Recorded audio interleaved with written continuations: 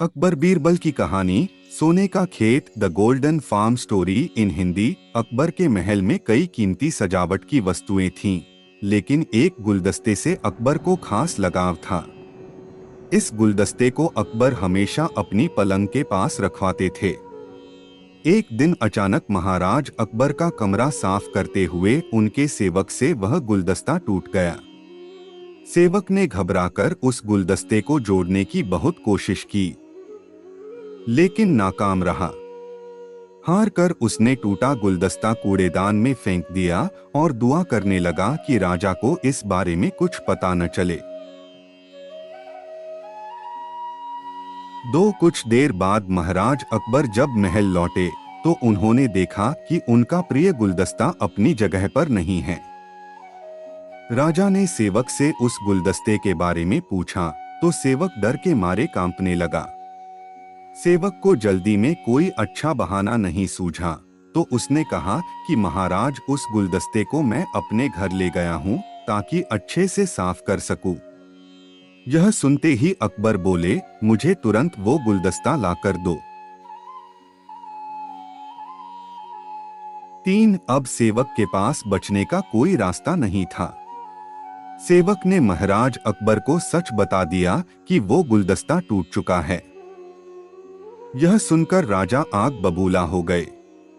क्रोध में राजा ने उस सेवक को फांसी की सजा सुना दी। राजा ने कहा, झूठ मैं बर्दाश्त नहीं करता हूँ। जब गुलदस्ता टूट ही गया था तो झूठ बोलने की क्या जरूरत थी। अगले दिन इस घटना के बारे में जब सभा में जिक्र हुआ तो बीरबल ने इस बात का विरोध किया। बीरबल बोले कि झूठ हर व्यक्ति कभी न कभी बोलता ही है। किसी के झूठ बोलने से अगर कुछ बुरा या गलत नहीं होता तो झूठ बोलना गलत नहीं है। बीरबल के मुंह से ऐसे शब्द सुनकर अकबर उसी समय बीरबल पर भड़क गए। उन्होंने सभा में लोगों से पूछा कि कोई ऐसा है यहाँ जिसने झूठ बोला हो। सबने राजा को कहा कि नहीं, वो झूठ नहीं बोलते। यह बात सुनते ही राजा ने बीरबल को राज्य से निकाल दिया। राज दरबार से निकलने के बाद बीरबल ने ठान ली कि वो इस बात को साबित करके रहेंगे कि हर व्यक्ति अपने जीवन में कभी न कभी झूठ बोलता है।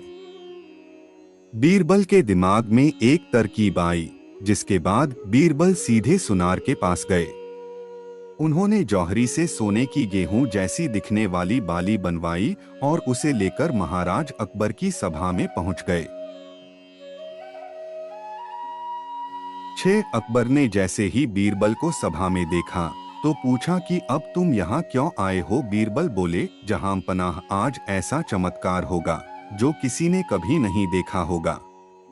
बस आपको मेरी पूरी बात सुननी होगी। राजा अकबर और सभी सभापतियों की जिज्ञासा बढ़ गई और राजा ने बीरबल को अपनी बात कहने की अनुमति दे दी।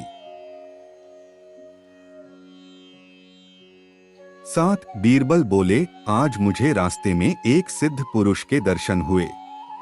उन्होंने मुझे यह सोने से बनी गेहूं की बाली दी है और कहा कि इसे जिस भी खेत में लगाओगे वहां सोने की फसल उगेगी। अब इसे लगाने के लिए मुझे आपके राज्य में थोड़ी सी जमीन चाहिए। राजा ने कहा, यह तो बहुत अच्छी बात है, चलो हम तुम्हें जमीन दिला देते हैं। अब बीरबल कहने लगे कि मैं चाहता हूं कि पूरा राज दरबार यह चमत्कार देखे। बीरबल की बात मानते हुए पूरा राज दरबार खेत की ओर चल पड़ा। खेत में पहुंचकर बीरबल ने कहा कि इस सोने से बनी गेहूं की बाली से फसल तभी उगेगी जब इसे ऐसा व्यक्ति लगाए जिसने जीवन में कभी झूठ न बोला हो। बीरबल की बात सुनकर सभी राजदरबारी खामोश हो गए और कोई भी गेहूं की बाली लगाने के लिए तैयार नहीं हुआ।